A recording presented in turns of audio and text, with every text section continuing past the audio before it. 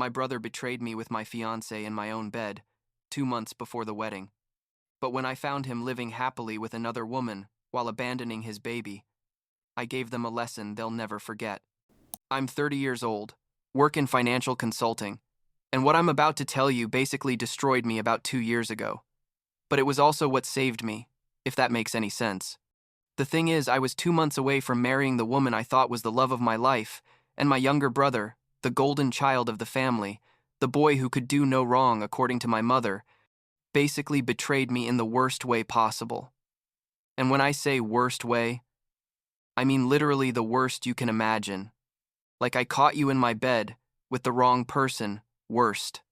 But I guess I should start from the beginning, when I still believed I had a real family and a future with Hannah. I met Hannah when I was about 26, at one of those boring work conferences where everyone pretends to be interested in the presentations, but really only goes for the free catering and networking opportunities. She worked in marketing for a tech company. She was smart, funny, cute, everything I thought I wanted. We became a couple after like 6 months of dating, and eventually, after 3 years together, I proposed. She said yes, obviously. And we started planning the wedding. You know, the typical fancy venue thing, guest list of 150 people, DJ, expensive photographer, all that stuff that costs a fortune and doesn't even matter in the end, because the only thing that matters is that you're marrying the right person. And it turns out I wasn't about to marry the right person, but I found that out later. My brother Caleb was 27 at the time, 3 years younger than me, and he'd always been the typical irresponsible younger brother with a lot of charisma who could get away with anything. My parents, especially my mother Nancy, adored him in a way that was honestly sickening. No matter what he did, there was always an excuse. Failed out of college? Well, the professors didn't understand him. Lost another job? His boss was an idiot. Got into minor legal trouble? Well, everyone makes mistakes when they're young. He was like 27 when all this happened.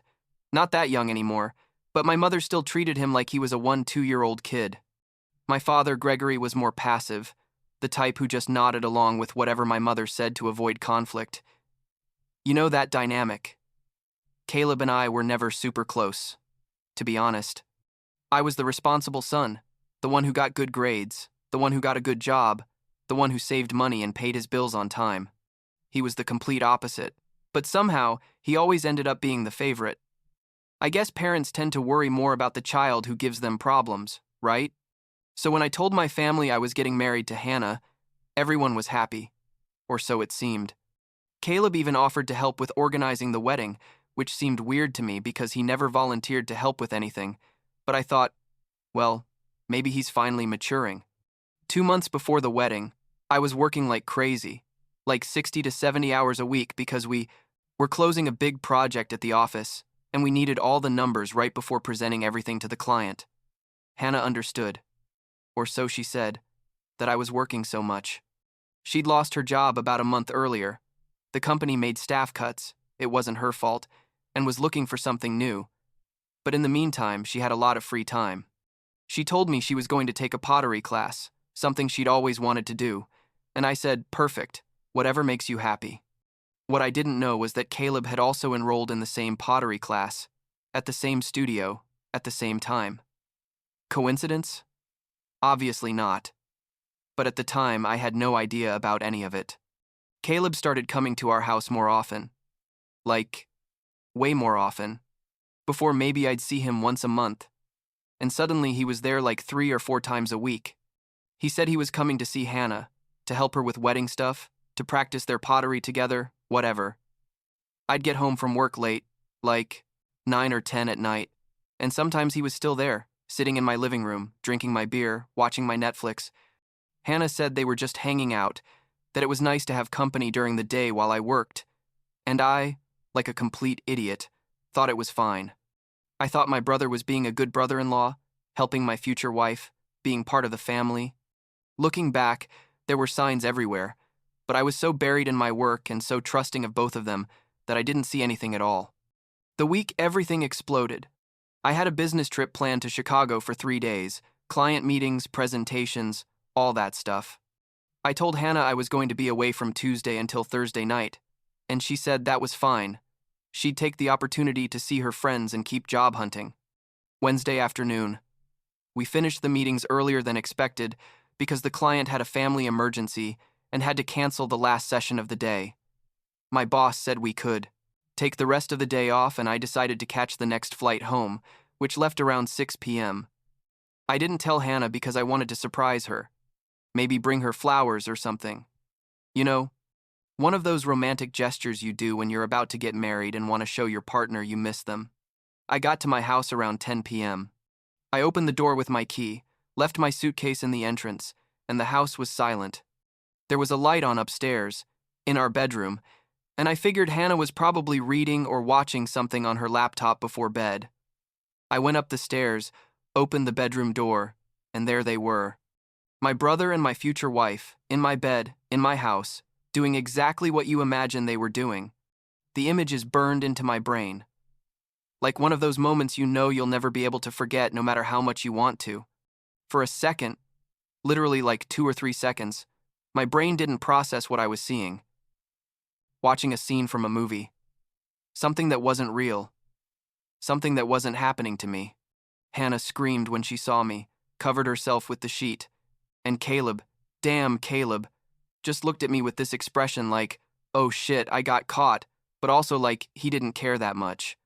I didn't say anything for a moment, just stood there, and then I felt like my whole body filled with this fury I'd never felt before. I went straight for Caleb, grabbed his arm when he tried to get up from the bed, and broke his nose with one punch. I heard the crunch, saw the blood, and honestly in that moment I wanted to keep hitting him until he couldn't get up, but Hannah was screaming and pulling me and telling me to stop, and something in me activated, and I realized that if I kept going, I'd end up in jail for assault, and these two weren't worth ruining my life over. I told them they had 5 minutes to get out of my house. Caleb was holding his nose, blood running down his whole face and chest. And Hannah was crying and trying to explain herself, saying she didn't know how it had happened, that she hadn't planned for it to happen, that she loved me but also had feelings for Caleb. All that garbage people say when they're betraying you and want you to feel bad for them. Caleb grabbed his clothes and ran out, literally running, still naked with his clothes in his hands, leaving a trail of blood down the stairs. Hannah stayed trying to talk to me, saying we needed to talk, that we could fix this. And I told her there was absolutely nothing to fix, that we were done, that the wedding was obviously canceled, and that if she didn't leave my house in the next 2 minutes, I was going to call the police and report her for trespassing. That night, I didn't sleep. I sat in the living room with all the lights off, just staring at the wall, trying to process what had just happened. Around 3 am I called my mother? I don't know why I called her first. I guess part of me still expected her to be my mother, to support me, to understand what had happened. I told her everything, every detail, expecting her to say something like, "Oh my God, Jonathan, I'm so sorry. Your brother is a mess. We're going to fix this." But you know what she said? She said, "Well, these things happen. You shouldn't have hit your brother. Violence is never the answer. Maybe if you'd been home more, this wouldn't have happened." Hannah probably felt lonely. I listened to her say all those things, and something in me just broke. Not like sadness, but like a final understanding that my mother was never going to be on my side. That Caleb was always going to be her priority no matter what he did. I told her I couldn't believe what I was hearing, that her younger son had just slept with my future wife in my own house, and she was defending him. She started saying I was overreacting, that it had probably been a mistake by both of them, that Caleb was also suffering, that he had a broken nose and probably needed to see a doctor. I hung up on her. I'd never hung up the phone on my mother in my life, but that night I did. My father called me about an hour later, calmer, trying to be the mediator, saying he understood I was angry, but that eventually we were going to have to talk about this as a family. I told him there was no family to talk about, that Caleb had crossed a line that couldn't be uncrossed, and that my mother had made it very clear whose side she was on. He tried to argue a bit more, saying we were brothers, that blood was more important than anything, and I told him that blood had just stopped meaning anything to me. I spent the next few days canceling everything. The wedding, the venue, the catering, the photographer, the DJ, everything. I lost the deposits, obviously, but I didn't care. Every call I made, every email I sent, saying the wedding was canceled, was like another confirmation that my life as I knew it was over. Some of the vendors asked if everything was okay, if something had happened, and I just said unforeseen circumstances had arisen, that we'd appreciate their discretion, all that corporate formality you use when you don't want to go into details. I sent a mass text to all the guests saying the wedding was canceled for personal reasons and that we appreciated their understanding.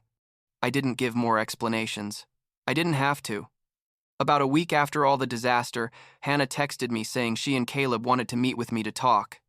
I don't know what made me say yes. Maybe morbid curiosity. Maybe some part of me that still hoped for some kind of closure. We met at a coffee shop near my house, one of those generic Starbucks where nobody pays attention to you. Hannah arrived first. She looked terrible, like she hadn't slept in days, swollen eyes, no makeup, nothing of the polished style she normally had. Caleb arrived about 5 minutes later. Still had bruises around his nose and eyes, and honestly, I felt satisfied seeing him like that. They sat across from me, and there was this uncomfortable silence where neither of them knew how to start. Finally, Hannah spoke and said she was sorry, that she never wanted to hurt me, that things just happened. I asked her how long they'd been together, how long they'd been cheating on me, and she admitted they'd started sleeping together about 2 months ago, since they started the pottery class together. 2 months. They'd been doing it probably in my house, in my bed, while I worked 70 hours a week to pay for our wedding. Caleb finally spoke and said he was sorry too, but that he couldn't deny he had real feelings for Hannah, that what they had was special, that it hadn't been just sex. And then he dropped the bomb, said, "And Hannah's pregnant. It's mine." I sat there processing that information. Hannah, pregnant, with my brother's child, the baby that was going to be my niece or nephew, but who was also the child of the woman who was going to be my wife. It was so twisted, I almost laughed. Like one of those hysterical laughs you get when something is so absurdly terrible that your brain doesn't know how else to react. I asked them why the hell they were telling me this, what they wanted from me, and Hannah said they wanted my blessing, that they wanted to be able to be together without so much family drama, that they hoped eventually we could all be civilized for the baby's sake. I told them they were completely crazy if they thought I would ever bless this situation, that they could do whatever they wanted with their lives, but to leave me completely out of everything. I got up and left, leaving them sitting there, and that was the last time I spoke directly with Hannah for a long time. My mother started calling me constantly. Like, every day. Sometimes several times a day. She'd leave voicemails saying I had to forgive Caleb, that I had to be the mature older brother, that family is forever, that I couldn't just abandon them. I ignored most of her calls, but eventually I answered one because I knew she wasn't going to stop until I talked to her. She told me Caleb and Hannah had moved in together to an apartment on the other side of town, that they were trying to make their relationship work, that the baby was going to be born in about 6 months, and that she hoped by then I would have gotten over everything and could be part of the baby's life. I told her I had absolutely no intention of being part of anything involving Caleb or Hannah, that they had made their decision, and I had made mine. She started crying, saying I was breaking her heart. How could I be so cold? This wasn't what she'd taught me. I told her she had taught me that favoritism and excuses were more important than loyalty and respect, and that was exactly the lesson I'd learned. I hung up on her again. The next few months were probably the hardest of my life. I worked, came home, sat alone in that house that was going to be our family home, and just existed. My friends tried to get me out, to make me feel better, but I didn't have energy for anything. Every corner of that house reminded me of Hannah, of the plans we'd made, of the life I thought I was going to have.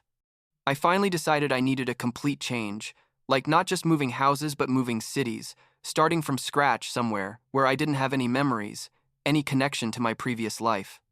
I talked to my boss about the possibility of transferring to another office of our company. We had a location in another city about 6 hours away, and turns out they were looking for someone for a senior manager position there.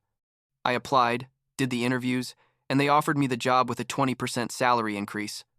I accepted immediately. I put my house up for sale, packed all my stuff, and moved in less than 2 months.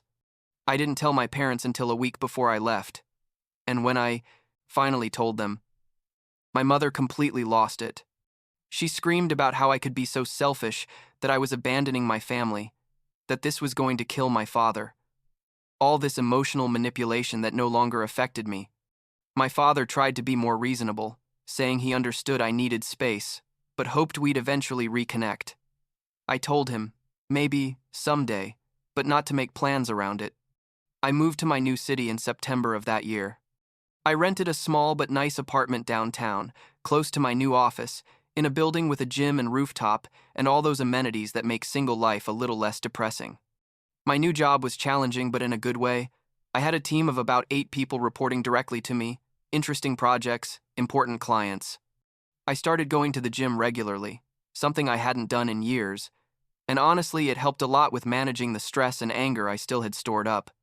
I made some new friends, mostly people from work, who didn't know anything about my past and with whom I could just be the new version of myself.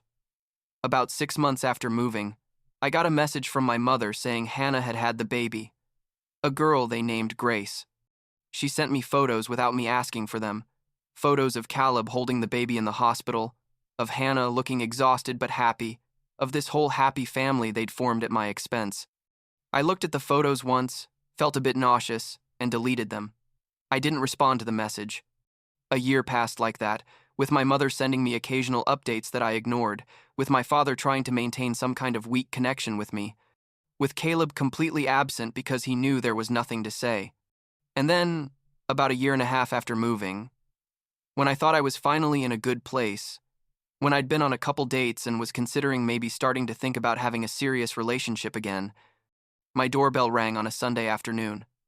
I opened the door, and there was Hannah, looking absolutely destroyed, with deep, dark circles, clothes that clearly hadn't been washed in days, and holding a little girl I assumed was Grace. I stood there, not knowing what to say, and Hannah started talking in a rush, saying she was so sorry, that she didn't know where else to go, that she desperately needed help. I let her in because what else was I going to do? There was a child involved and it was cold outside. Hannah sat on my couch with Grace on her lap and started telling me everything. Caleb had left her about 3 months ago. He just left one day, said parenthood wasn't for him, that he couldn't handle the responsibility, that he needed to find himself, or some garbage like that. Hannah had been trying to survive alone with Grace, working part-time when she could find someone to watch the baby, but she was 2 months behind on rent and her landlord had evicted her last week. She'd been staying with friends but had exhausted all her options, and my mother had given her my address and told her to come ask me for help. I asked her where Caleb was now, and she said she had no idea, that he'd stopped answering her calls, that his parents, my parents, also didn't know where he was or if they knew they weren't telling her. I asked her why she thought I would help her after what she'd done, and she started crying, saying she had no right to ask me for anything, that she knew she'd ruined everything, but that she was desperate and didn't know what else to do. Grace started crying too, probably feeding off her mother's stressed energy, and Hannah was trying to calm her while crying, and it was such a sad and pathetic scene that I felt something. I don't know if it was pity or just exhaustion with the whole situation. I told her she could stay that night, that the next day we'd see what options she had, but that this didn't mean things were okay between us or that we were going to have any kind of ongoing relationship. She nodded, grateful, and I set up the guest room for her. That night I barely slept, hearing Grace cry occasionally, hearing Hannah pace back and forth trying to calm her, thinking about how absurd this whole situation was. The next morning, I was making coffee when my doorbell rang again. I opened the door, and there was my mother, without warning, clearly having driven the 6 hours from her city to come see me. She came in without me inviting her, saw Hannah in my living room with Grace, and immediately started her sermon. She told me I had to help Hannah, that this baby was my niece no matter what had happened, that Caleb was going through a difficult time and needed space, but would eventually come back, that in the meantime, I had the responsibility to take care of them. I told her I had absolutely no responsibility toward Hannah or Grace, that Caleb was the father and he was the one who needed to show up and be responsible, not me. My mother started yelling, saying I was selfish, that I was being cruel to a single mother and an innocent baby. How could I live with myself, knowing my niece had nowhere to live? I told her to stop right there, that I wasn't the villain in this story, that Caleb and Hannah had made their choices and now had to live with the consequences, and that if she was so worried about them, she could help them.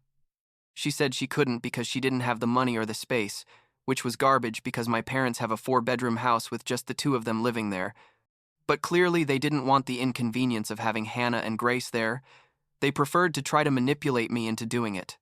I told her she needed to leave my apartment, that there was nothing more to discuss, and she started crying, making a whole dramatic scene about how she'd lost her son, how the family was falling apart, all my fault for not being able to forgive.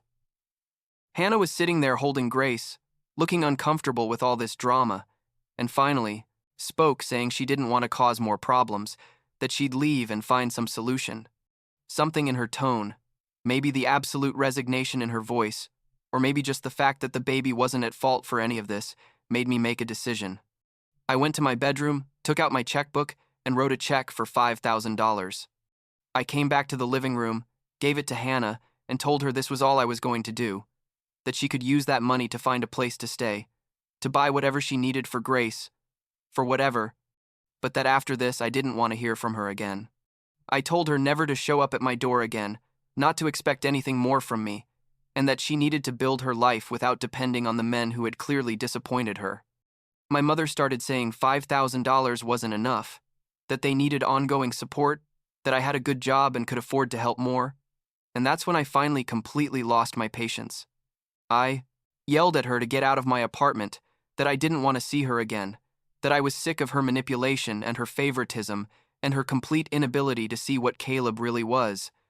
I told her if Caleb was as wonderful as she always said, then she should find him and make him fulfill his responsibilities instead of trying to put that burden on me.